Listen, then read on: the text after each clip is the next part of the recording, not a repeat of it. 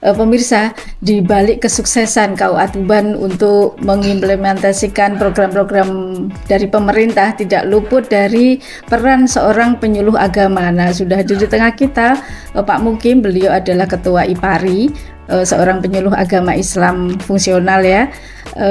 Selain penyuluh agama itu bertanggung jawab terhadap kepala KUA gitu Pak ya, juga bertanggung jawab terhadap Kasibimas begitu ya. Kemudian bagaimana penyuluh agama itu merealisasikan tugas-tugas dari kepala KUA?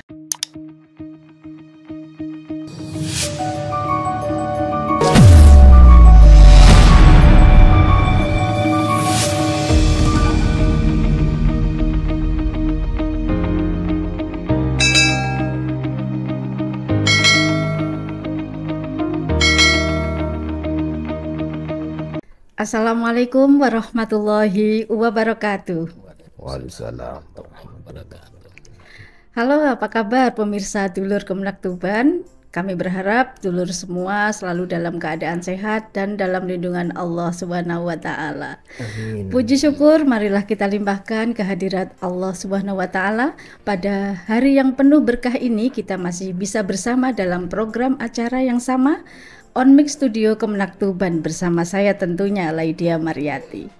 Pemirsa On Mix Kemenak Tuban yang berbahagia, hari ini kita tidak sendiri. Saya ditemani oleh Kepala KUA Revitalisasi Kecamatan Tuban, Bapak Imam Bukhari SH.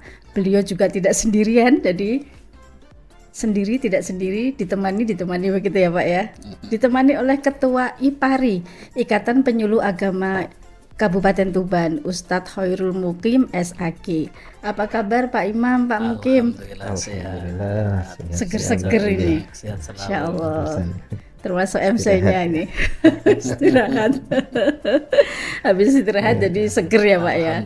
Kenapa sih kok saya ambil siang? Karena kalau pagi biar panjenengan itu bisa melaksanakan aktivitas seperti biasa. Kalau sudah siang kan udah agak longgar gitu ya. Ini pun Pak Imam nanti abis ini langsung tugas ya? Iya, jam 15. Oke, terima kasih Pak. Di tengah kesibukannya masih menyempatkan diri untuk hadir di ruang podcast yang kita cintai ini. Oke, semoga tetap sehat. Amin. Kita akan bicara mengenai KUA revitalisasi yang ada di Kecamatan Tuban. Perlu kita ketahui bersama bahwa KUA revitalisasi yang ada di Kabupaten Tuban itu ada dua. Yang pertama ada di Kecamatan Kota Tuban, yang kedua ada di Kecamatan Soko begitu. Nah, kita hadirkan kali ini Kepala KUA Revitalisasi Kecamatan Tuban, Pak Imam, mungkin bisa disampaikan program KUA revitalisasi dari Kecamatan Tuban, monggo. Terima kasih. KUA Tuban itu termasuk bagian daripada KUA revitalisasi. Sebenarnya kenapa pemerintah mencetuskan bahwa KUA itu harus ada revitalisasi? Ini sebagaimana program Kementerian Agama. Sebenarnya ada 5 hal transversasi dalam rangka revitalisasi KUA. Di antaranya adalah mengubah KUA, profil layan KUA yang selama ini bersifat dokumentasi dan bersifat administratif. Nah, semuanya orientasinya adalah kebutuhan masyarakat. Bentuknya adalah bimbingan layanan. Itu yang pertama.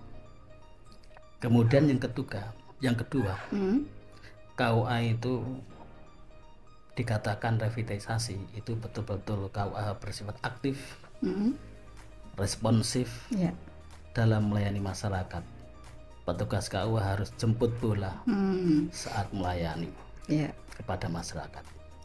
Kemudian yang ketiga, KUA harus hadir dan mendampingi masyarakat. KUA diharapkan terdepan dalam mengetahui persoalan-persoalan yang dihadapi oleh masyarakat.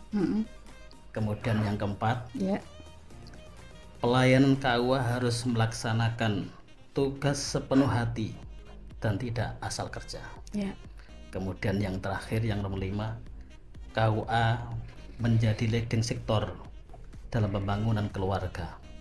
KUA memimpin jejaring di tingkat kecamatan dalam bangun ketahanan keluarga. Ya, Pak Imam, ya. Dari yang disampaikan Pak Imam tadi ada 5 item, itu termasuk salah satu syarat begitu ya, untuk disebut sebagai KUA revitalisasi. Betul. Nah sebelumnya Pak, mumpung ini membahas tentang KUA revitalisasi, KUA revitalisasi sendiri itu apa sih selain harus mencakup ke 5 syarat tersebut?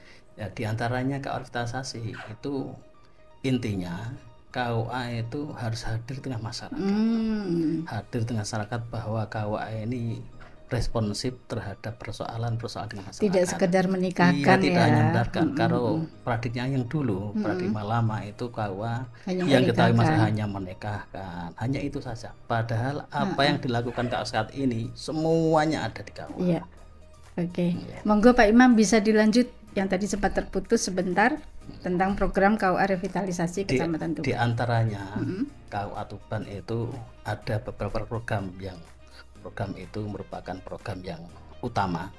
Di antaranya adalah Salimah. Apakah ini Salimah sudah masuk itu? ke inovasi nih inovasi. ya. Salimah itu sapa lintas agama. Ya. Nah, Salimah ini kenapa kok dibuat tagline lintas agama? Sapa lintas agama memang betul-betul yang sasarannya adalah lintas agama, tidak hanya umat Islam saja, umat jadi Kristen, berbagai agama umat ya. Hindu. Dan itu dimulai dulu ada kegiatan yang namanya ekoenzim. Ini kerjasama dengan Pak Romo, ya, dengan Pak Romo, itu Romoholik. Masya Allah. Dan Romoholik namanya ya. Kemudian Pak Iim juga hadir, Ketua Bamak Tuban. Nah kebetulan sasarannya Salimah ini adalah di Kampung Moderasi Beragama. Nah, kebetulan dulu di tahun 2023 pada saat itu saya masih PLT, itu membuat sebuah kegiatan yang namanya launching Kampung Moderasi Beragama.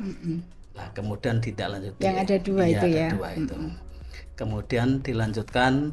Setelah itu dilanjutkan dengan pembuatan kue. Ini juga kerjasama dengan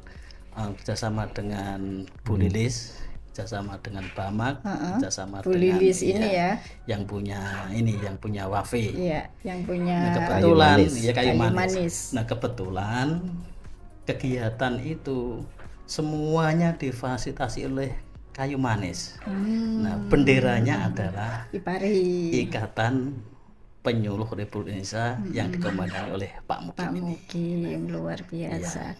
Iya, Pak Imam, ini juga saya lihat ada program banyak sekali, ada Sekoper Hati. Wah, ini menarik. Ini bagaimana Pak Imam?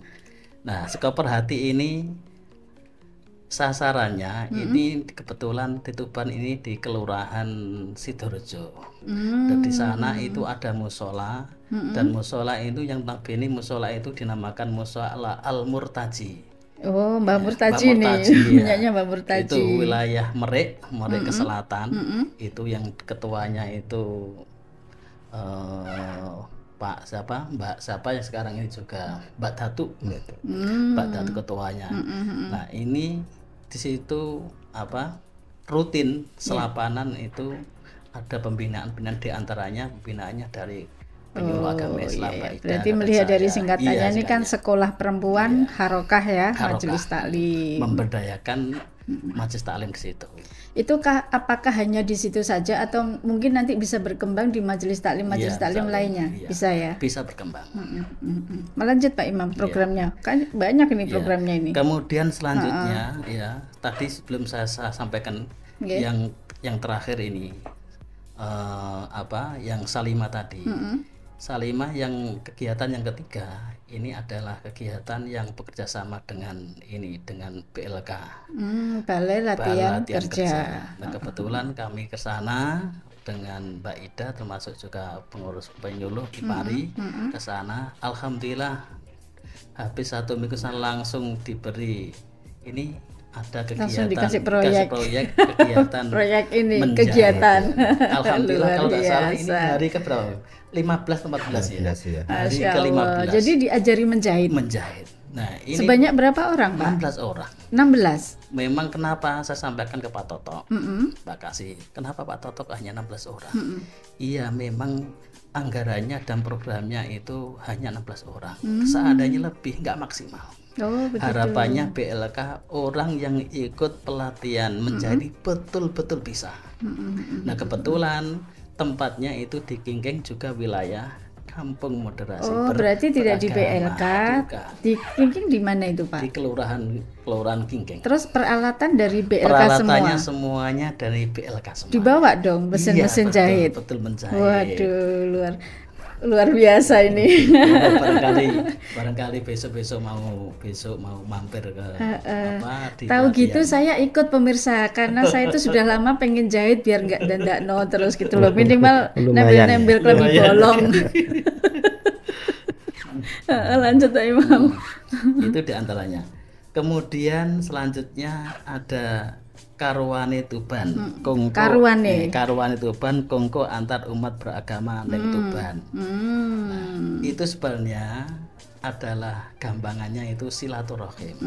Jadi kebetulan di KA Tuban bersama Ipari, teman Pak Mukim dan Pak Ida, Pak Karmuji itu ada kegiatan rutin, 1 bulan sekali atau 2 kali kita ini langsung silaturahim ke diantaranya tempat ibadah rutin ya Pak, rutin, ya setiap 1 bulan sekali, 1 bulan sekali. Kapan-kapan kami dikabari Pak. Siap, iya, nanti biar kami sama Mbak Frida ini bisa bikin konten gitu ya di sana. Kemudian kita ke sana bertemu dengan tokoh kemarin Pak Mu ya, dengan masuk ke kelenteng, kita bertemu dengan tokoh. Ternyata di sana juga ketemu Pak Pepeng yang punya Vape Hotel itu. Ketemu ngobrol-ngobrol, kemudian kita mengawasi tempat-tempat yang ada di tempat ibadah yang ada di kelenteng. Ini bisa nanti kolaborasi ya. Nanti jadi konten itu. Ini kenapa itu saya lakukan? Karena itu ajang silaturahim bagaimana umat beragama antara umat Islam, Konghucu, Kristen, Buddha ini bersama-sama tidak ada sekat.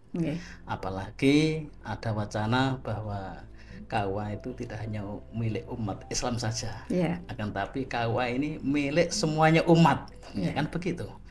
Dan termasuk wacana yang sangat ramai bahkan di TV itu kan begini, KUA itu akan menjadi tempat nikah semua agama. Dan kebetulan KUA Tuban ini banyak penyuluh yang non muslim, termasuk Pak Taufik, kemudian siapa yang perempuan, Mbak Yemima. Kok namanya ini Islam ya? Nah, setiap hari kebetulan Pak Topik. Nah, kebetulan Mbak ini Pak Taufik, Mbak Yemima setiap hari ini ke KUA Tuban. Kelihatan kok Pak. Kemarin waktu ada Pak Kakanwil itu guyupnya kan kelihatan gaungnya itu. Mereka semuanya kompak datang ke KUA kota ya untuk ikut mensupport. Yang sebelumnya memang kan jarang ya, karena belum ada Ipari. Sekarang sudah ada Ipari. Ternyata sebelum kita ini berinteraksi dengan muslim, kan kayaknya bayangin siapa. Tapi begitu kita bergaul bersama dengan enak diajak bicara, enak ternyata. Oh, tidak seperti apa yang kita pikirkan. Makanya sudah saatnya kita ini bersama-sama bersinergi antar umat beragama. Jadi makanya ada yang namanya Kongko. Silaturahim dengan antar umat beragama di tempat rumah ibadah itu. Lalu apa lagi Pak Imam? Kemudian selanjutnya itu ada yang nama Sabian. Sabian itu adalah sapa bimbingan nelayan. Itu sasarannya adalah kampung atau wilayah yang nelayan, diantaranya utaranya KUA, Karangsari, kemudian Kingking, kemudian Sidomulyo. Tapi intinya kita memberikan pembinaan tentang pemahaman beragama.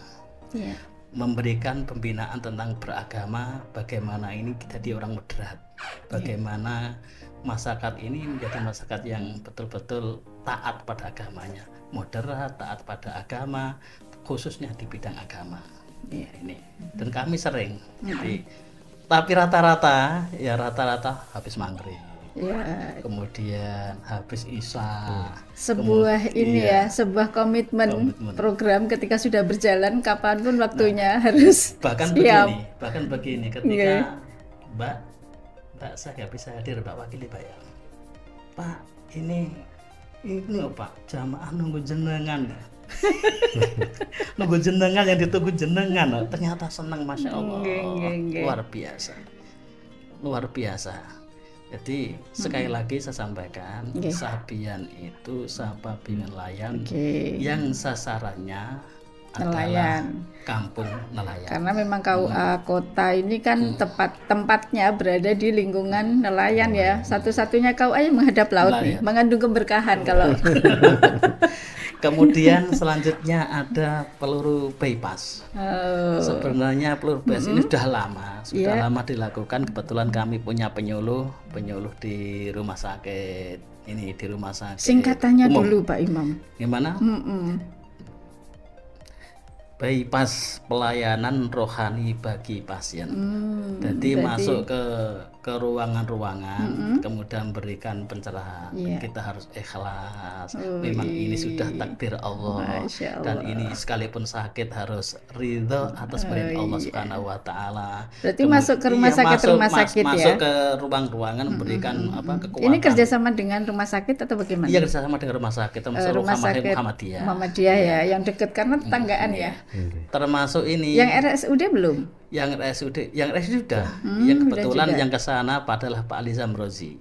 Pak Ali Zamrozi kebetulan beliau ini juga penyuluh di Kementerian Sekretaris Yayasan Masjid Al-Falah. Itu rutin sudah lama itu.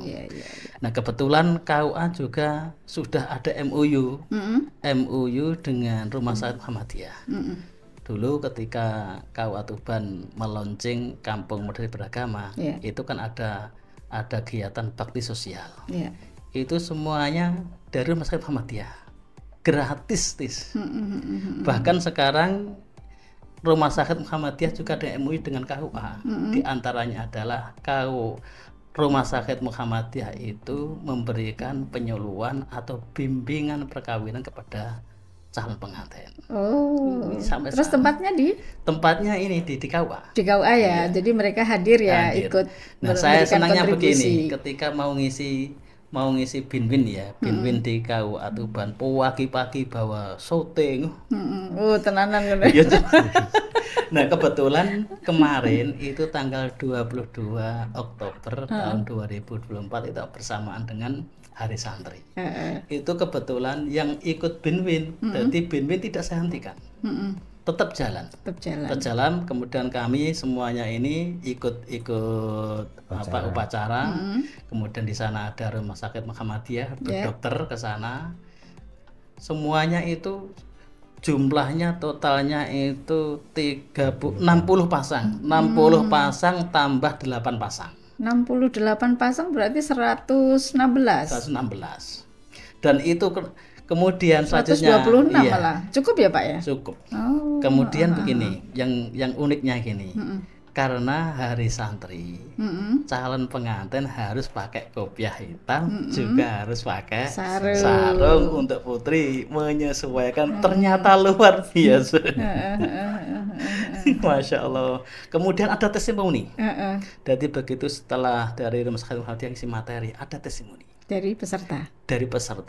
Ya langsung di encam di syuting sama karena mungkin ini juga sudah merupakan program dari Rumah Sakit Muhammadiyah. Ternyata dari hasil testimoni dari semuanya peserta BIM ini sangat puas, sangat senang, ini sangat bermanfaat. Terkait khususnya bagaimana rumah tangga bahagia, tugas suami, tugas istri, kewajiban suami, kewajiban istri. Ternyata artinya Pak, calon pengantin ini sangat antusias dan ini perlu ditingkatkan, perlu dilanjutkan katanya mereka. Nah, ini diantaranya. Kemudian pistol ini penyuluh agama Islam Gustu Sekul. Artinya masuk ke sekolah-sekolah. Kebetulan KUA Tuban termasuk BRUS itu ya Pak ya. Kemudian kerjasama dengan sekolah-sekolah yang ada di KUA Tuban. Nah, ini Kemudian kalau BRUS ini ya MTS, SMP, kemudian SMA, SMK, kemudian kalau BRUN itu sasarannya adalah mahasiswa YAINO. Sudah pernah Pak sosialisasi? Sudah pernah. Kita sering, ke tempatnya mereka atau bagaimana? Kita ini langsung kebetulan begini, IAINO khusus jurusan HKI. Ini sudah MOU dengan KUA Tuban. Makanya ketika PPL yang dekannya Mas Yudi Mas Yudi itu membuat MOU dengan KUA, Pak, ini buat MOU siap. Artinya apa? Ketika lulusan sana atau sebelum lulus PPL-nya di Tuban. Kebetulan ini pembinanya ini. Masya Allah. Pembinanya ini. Siap. Oke, dilanjut lagi Pak, monggo programnya. Banyak sekali soalnya programnya kemudian ini selanjutnya ini ada program si Jempol Wakaf. Sistem jemput bola layanan wakaf. Lah, ini melalui saya begini. Jadi saya setiap konferensi konferensi saya sampaikan ketika konferensi dengan Pak Camat, dengan Pak Ramil, dengan Lurah, dengan Kapolsek, dengan Seklu, saya sampaikan, tolong Pak Lurah, mana masjid-masjid atau musola atau apa saja yang belum bersertifikat wakaf, kami siap membantu. Bahkan ada dari warga dari wakif itu, wakif Pak, ini bagaimana Pak, ini nanti sebelum wakaf harus minta surat keterangan wakaf dari desa. Langsung saya telepon, tolong Pak Lurah, ini masjid jenengan ini persyaratannya kan masih kurang. Saya minta dibuatkan atas nama ini, dibuatkan surat keterangan wakaf. Siapa? Jadi jemput bola, tidak hanya sekedar kita diam saja, kita jemput bola. Kita jemput bola, kemudian kita bersama-sama, termasuk dengan penyuluh, dengan penghulu, kemudian operator, kita langsung terjun ke tempat-tempat. Dan kebetulan kemarin itu ada berapa tempat Om? 8 ya. Kerjasama dengan ini MBCNO. Kebetulan rata-rata mereka itu nandirnya adalah MBCNO. Itu terkait dengan si Jempol Wakaf. Harapannya bahwa tanah masjid, musola atau lembaga lain itu semuanya harus bersertifikat wakaf. Maka hari itu kita harus jemput bola dan kita harus berikan lainnya sebaik-baiknya bagaimana masjid musola itu bisa bersertifikat dengan wakaf. Itu dan sudah Pak. Wah, luar biasa, sampai temenggengen saya Pak, saking banyaknya program dengan istilah-istilah yang luar biasa tadi.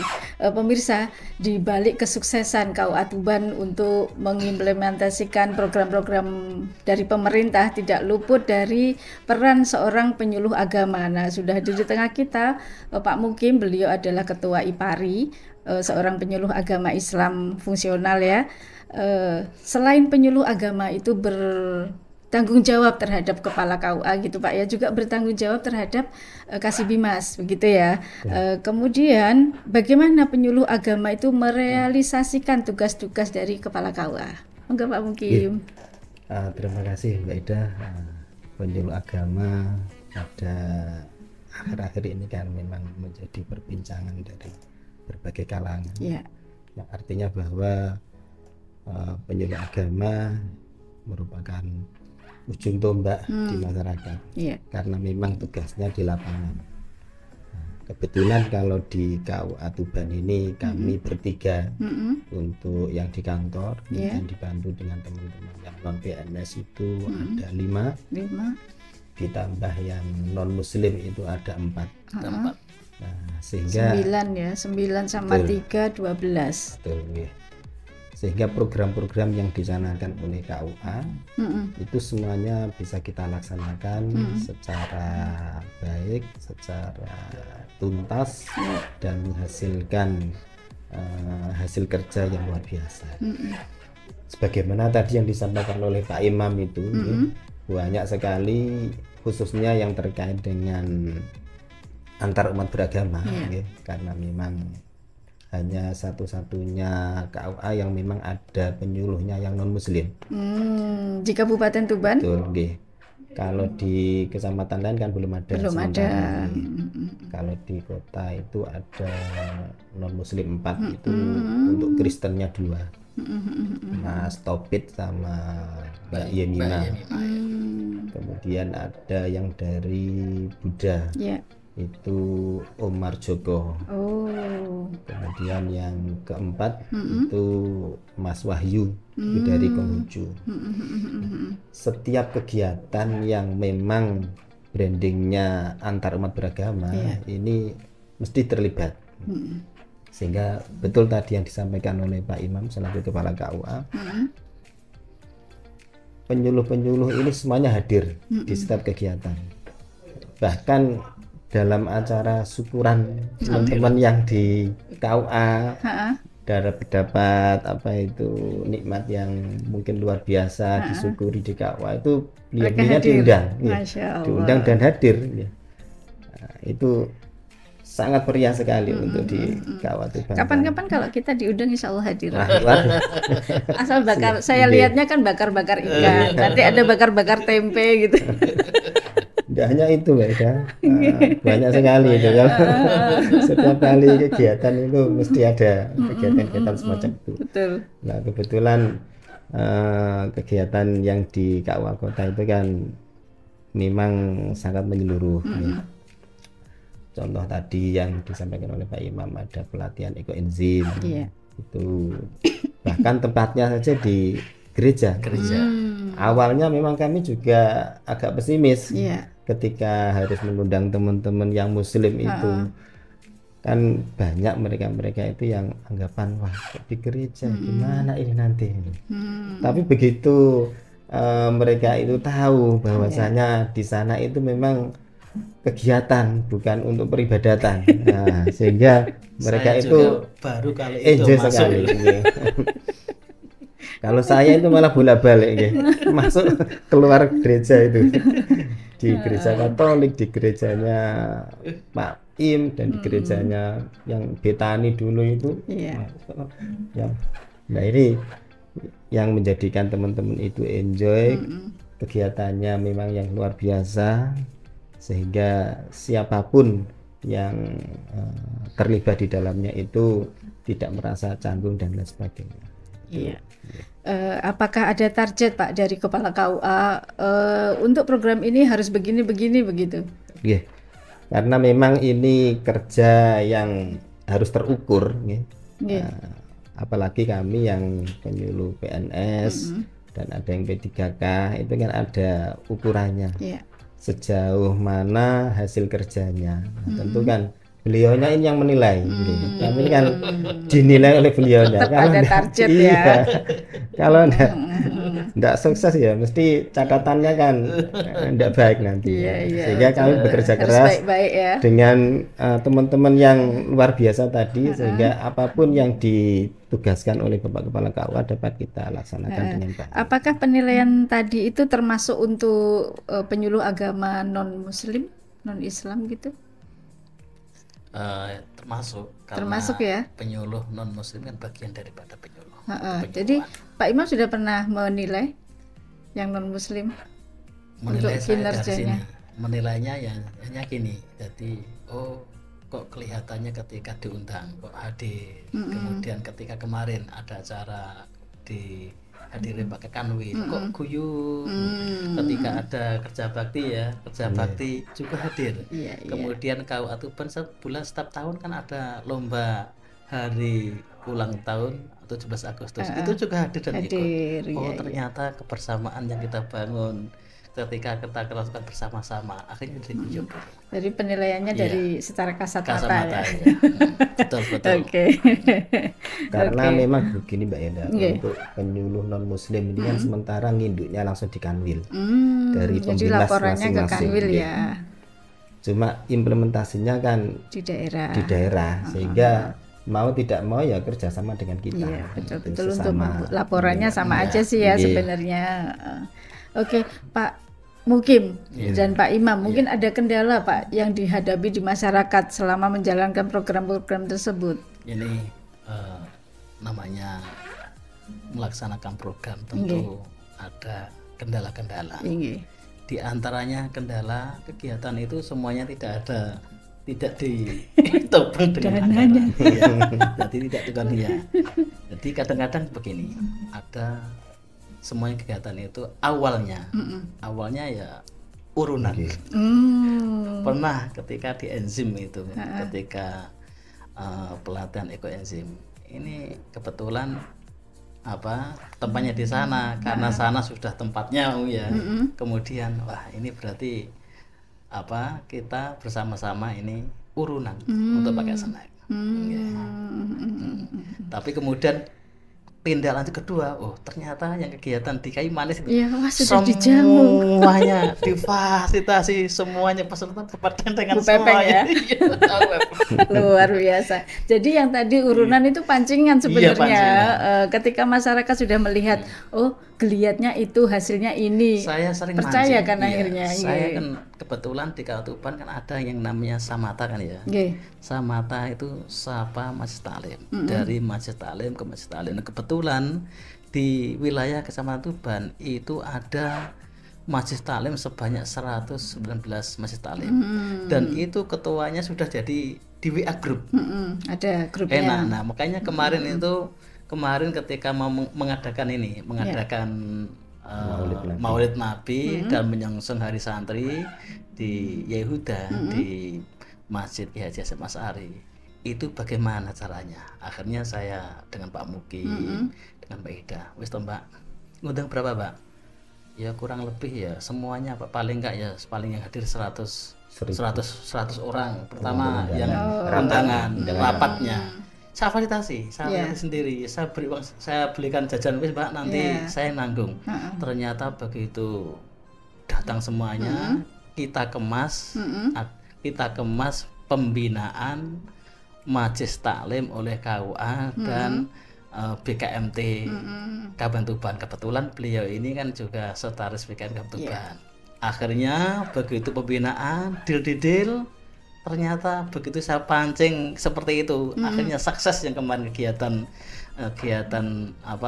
Maulid Nabi dan menyongsong. Dan yang hadir 1.000 kan ya? 1.300. Kok jadi 1.000 dari 100 ke 1.000 ini gimana kan ceritanya? Begini, jadi semuanya itu minimal setiap Masjid Taklim mengiring 10 jamaah.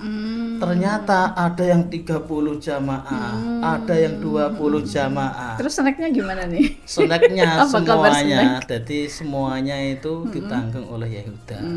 Jadi setiap Masjid Taklim dimintai setiap Masjid Taklim ya dimintai kontribusi infak 100.000 setiap majelis taklim. Itu peruntukannya ya untuk kegiatan itu. Kalau lebih nanti kan bisa menjadi kas BKMT Kecamatan Tuban. Luar biasa kemarin itu. Top pokoknya. Pak Mukim sebagai penyuluh agama nih, apakah ada kendala-kendala di masyarakat? Ya tadi sama seperti disampaikan Mbak Imam. Yang namanya kendala tetap ada. Tapi alhamdulillah kendala itu bisa teratasi. Karena memang kerjasama dari berbagai pihak, sehingga kendala apapun bisa teratasi, dan buktinya semua program itu bisa berjalan dengan baik. Itu artinya bahwa kendala itu ya wajar lah, suatu yang biasa. Yang penting niat kita di dalam melaksanakan kegiatan itu sungguh-sungguh, saya yakin itu semuanya akan bisa berhasil dengan baik. Oke, baik Pak Mukim. Saya lihat ini kan dua-duanya beliau ini aktivis begitu, aktivis di masyarakat. Selain sebagai kepala KUA, sebagai penyuluh agama, juga sebagai pengurus di beberapa organisasi masyarakat. Pak Imam, coba dong disebutin sebagai pengurus apa saja ini Pak Imam dulu nih. Saya di Majelis Ulama Indonesia. Itu saya sudah 4 periode ini. Dulu pernah menjadi sekretaris umumnya Pak Nur Taufik. Kemudian setelah bendaranya itu purna, Pak Munir itu, akhirnya Pak Munir karena pergi ke Pemda itu, Pak aku sudah pensiun, Akhirnya, pensiun apa nih? Pensiun dari PNS. Akhirnya saya dipanggil Yai. Apa kalau sudah pensiun sudah berhenti juga tugasnya? Enggak, maksudnya beliau kan posisinya sebagai bendahara. Bendahara MUI. Akhirnya begitu pensiun beliau, kemudian saya dipanggil Yai. Karena jadi bendaharanya karena waktu itu sebagai PNS-nya itu ya. Jabatannya. Nah, kemudian saya beralih pada saya. Ya ingatkan gini. Karena Pak Munir udah pensiun, mau ke Pemda riwari sungkan, gelem ra gelem sampean sing dadi bendahara. Kemudian tahun berikutnya juga bendahara. Ya, seandainya batin kula dipen ya. Wis orang ini ora usah dijawab. Selama saya jadi ketua umum MUI sampai kiamat sampai bendahara. Sampai gitu ya. Oke, selain bendahara, kemudian saya di LDNU. Di LDNU ini sudah 4 periode ini juga. Sebelum Yai Huda jadi bupati juga, beliau kan dari ketua PCNU. Saya juga di LDNU di bendahara, juga pernah di Staris. Kemudian saya di DMI, kebetulan DMI-nya sekretarisnya kan beliau. Kemudian bendaharanya saya. Masya Allah. Kemudian saya kok bisa sih? Kemudian gerak-gerik wong loro nih. Karena jadi setiap hari ya bahas Pak Mukim. Besok kan tanggal 8 rencana gimana? Gerak-gerik ketika muncul ide ini. Wes Pak Kabak kesana WA. Kemudian selanjutnya saya juga lama di Katib Surya. Di Katib Surya MBC Kecamatan Tuban itu juga 3 periode. 3 periode. Ya alhamdulillah Mbak. Di mana-mana Kanggu payu ya. Sekarang sudah Pak Imam ada lagi? Sudah ya. Sekarang Pak Mukim nih Pak Mukim. Monggo Pak Mukim. Insyaallah kalau namanya tugas itu ya gimana lagi namanya diperintah. Kita tinggal mengikuti, yang penting kita bisa melaksanakan, insya Allah semuanya bisa teratasi. Sampai saat ini saya dipercaya menjadi pengurus mulai dari tingkat kecamatan itu ada MUI kecamatan, itu sekretaris. Barusan kemarin Muscam. Kebetulan untuk bisa meneruskan kembali menjadi sekretaris di Kecamatan Jenuh. Kemudian BKMT 2 periode ini dipercaya untuk menjadi sekretaris umum. Kemudian di IPARI barusan saja tahun 2023 dipilih untuk menjadi ketua PD IPARI Kabupaten Tuban, yang sebelumnya ketua Pokjaluh, kelompok kerja penyuluh. Kemudian di LPTK juga. Bahkan saya juga pernah di Basnas itu dulu, zamannya Pak Loksono sebagai kepala kantor itu diminta menjadi wakil bendahara. Pernah itu ya. Nih aura kiainya nampak gitu ya. Lanjut. Dan ya itulah. Ada lagi enggak? Intinya hikmah. DMI belum disebut loh. Oh iya DMI. Karena sudah include dengan Pak Imam tadi, jadi saya agak lupa. Setelah DMI ada lagi enggak? Jadi ketika DMI itu saya kan secara struktur ya, itu kan saya namanya lebih atas saya daripada Pak Imam. Oh gitu ya. Tapi ketika di kantor saya kan di bawah. Anak buahnya ya. Jadi akhirnya gerenak-gerenik. Jadi setiap hari ya gerenak. Luar biasa. Kebetulan ini juga kebetulan KUA ini juga bersinergi dengan Polres. Saya sering isi materi di Polres tentang Dai Kamtimas. Kebetulan saya ini kan termasuk instruktur Dai Kamtimas Kabupaten Tuban. Nah kemudian sama Polres untuk tahun ini saya ini diajukan untuk menjadi Dai Kamtimas Polda. Padahal saya arahkan begini, Pak Kapolres, lebih baik kalau Dai Kamtimas itu bukan saya. Siapa Pak? Saya usul Gus Riza. Kalau Gus Riza nanti ketika dapat ilmu dari Polda, nanti ke siapa? Nah kebetulan jangan kan termasuk instruktur Dai Kamtimas Polres Tuban. Ketika jangan jadi sana nanti kan bisa disampaikan kepada Dai Kamtimas yang ada di kecamatan. Kebetulan intens dengan dengan Polres. Jadi kami sering kadang justru yang Polres itu sering ke KUA. Sering ke KUA. Alhamdulillah KUA kok bisa bersinergi dengan Polres. Ya intinya begini, apa yang dijalankan oleh KUA Tuban bersinergi dengan penyuluh, dengan pengingat, alhamdulillah kok berjalan dengan baik. Mudah-mudahan kebersamaan ini bisa berjalan dengan baik. Gitu. Oke.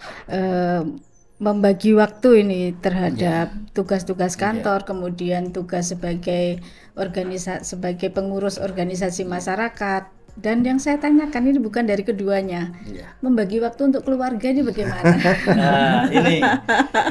Apakah ada protes dari keluarga gitu? Iya betul. Kebetulan saya ini kan mulai tahun 2021. Nah, saya ini juga diminta Yai Matin, Pak Imam, gak usah dijawab. Saya minta jenengan untuk bantu saya ngajar di Ma'had Ali. Jadi kebetulan saya diberi waktu ngajar itu hari Minggu. Habis lah. Jadi anak saya begini, ya kok gak pernah di rumah ya. Kemudian nyonya begitu, Mas musuh orang keluarga. Saya begini, Mr. D, kabeh kan khidmah nang umat, insyaallah sebenarnya khidmah nang umat digampang pengiran. Ngono Mas ya. Nah, sing penting khidmah nang kiai, khidmah nang gone, khidmah kepada ilmu, khidmah kepada umat, insyaallah hidup kita akan jadi berkah. Akhirnya medan. Cuma kadang yang kecil ini, ayah nggak pernah di rumah. Oh iya. kita dengerin aja Pak ya. Kalau Pak Mukim nih. Kalau saya kan setiap selesai kegiatan di kantor yang full di rumah itu. Insya Allah suami idaman. Kalau kegiatan organisasi kan bisa berseiring dengan kegiatan yang di kantor. Kebetulan yang sekretariatnya di KUA. Jadi enak ya. Akan lebih mudah gitu. Jangan-jangan memang dipilih begitu biar luar biasa ini pemikirannya, perlu dicontoh oleh yang lain ya. Jadi tetap nggak mengorbankan keluarga ya Pak ya. Saya bisa full kok di rumah itu. Karena di rumah ada itu tanggungan untuk anak-anak itu. Apa jadi itu? Ya anak yang ngaji itu loh Mbak. Masya Allah, beliau seorang kiai gitu ya. Bagaimanapun juga ya bisa membagi waktu lah intinya. Intinya no problem begitu ya. Kemudian Pak, peran dan support antara kepala KUA dan penyuluh agama yang tadi sering gerenak-gerenik itu gimana? Mungkin ada yang diperintahkan kepala KUA, penyuluhnya kurang, wah gak ngono Pak, nah itu bagaimana? Ini biasanya saya dengan Mbak Ida, dengan Pak Mukim, Pak Karmuji. Ayo Pak Mukim gerenang-gerenang tidak. Katanya istilahnya gini, rapat kecilan, evaluasi bagaimana Pak ini. Jadi kata kuncinya itu dikomunikasikan sesering mungkin, kita kumpul musyawarah untuk kegiatan itu. Punya di situ. Ya setiap hari ketika ada suatu katakanlah kok begini langsung ayo Mbak Ida, Pak Mukim, buat dengan bagaimana. Jadi begini, saya ini nyun sewu. Setiap membuat sebuah keputusan, saya nggak pernah saya harus begini, tidak. Semuanya keputusan itu saya musyawarahkan. Jadi kenapa saya musyawarahkan? Ya kalau dimusyawarahkan yang penting kan ada yang begini, bagian begini. Kalau ketika ada masalah dimusyawarahkan, otomatis kan begini. Ketika ada masalah apa kita tanggung bersama. Jadi semuanya apa saja yang berdasarkan musyawarah ya. Jadi sudah aman. Nah, sekarang Pak Mukim mungkin ada tambahan Pak Mukim. Kebetulan kalau di KUA itu kan ruangannya saya berdempetan dengan kepala. Jadi kalau gerak-gerik sehingga beliaunya itu sering itu menjumpai kami yang ada di ruangan itu. Jadi ini lagi opo iki acaranya opo iki. Jadi kami tidak begitu sungkan gitu dengan Pak Imam ini ya, karena memang sudah terbiasa. Kemudian kegiatan-kegiatan yang sifatnya di luar tupoksi di KUA itu juga ada di situ, sehingga ya enjoy semuanya. Jadi saya kira kendala tidak ada, semuanya enjoy dan bisa dilaksanakan secara kebersamaan. Alhamdulillah. Yang enaknya begini, ketika Pak Mukim ada rapat Pak, aku tak hampir rapat Pak Sasfian. Begitu juga saya Pak Mukim, aku di acara ini. Jadi ketika Pak Mukim katakanlah keluar kemana saja, Mbak Ida bakal muji atau tempat-tempat yang lain, mesti kami tahu. Oh Pak Mukim di mana? Oh ada acara ini. Jadi ketika keluar seperti itu. Izin lah ya, saling memberitahu. Oke Pak, dilanjut kesan dan pesannya. Alhamdulillah. Saya di Kautuban ini nyaman sekali. Kenapa? Satu guyup, kok rukun, kebersamaannya ada. Alhamdulillah saya dengan penyuluh tidak ada persoalan, enjoy. Jadi biasa Pak Mukim. Terus Pak Mukim kadang Pak Mukim rasa sungkan-sungkan Pak Mukim mau aku bisa mani berdoa leh wong kawake koordinator sapi piye lah begitu. Jadi kesan saya itu di Kautuban tuh nyaman, enjoy, enak sekali. Kalau Pak Mukim nih, saya kira tidak jauh beda dengan Pak Imam. Karena sudah cocok ya. Dasar saja itu. Dibolak-balik ya sama di sana. Dibolak-balik ya cocok. Oke, pemirsa semua dulur Kemenak Tuban yang berbahagia, usai sudah pertemuan kita hari ini ya. Jangan lupa terus semangat berkiprah untuk Kemenak tercinta dimanapun Anda berada.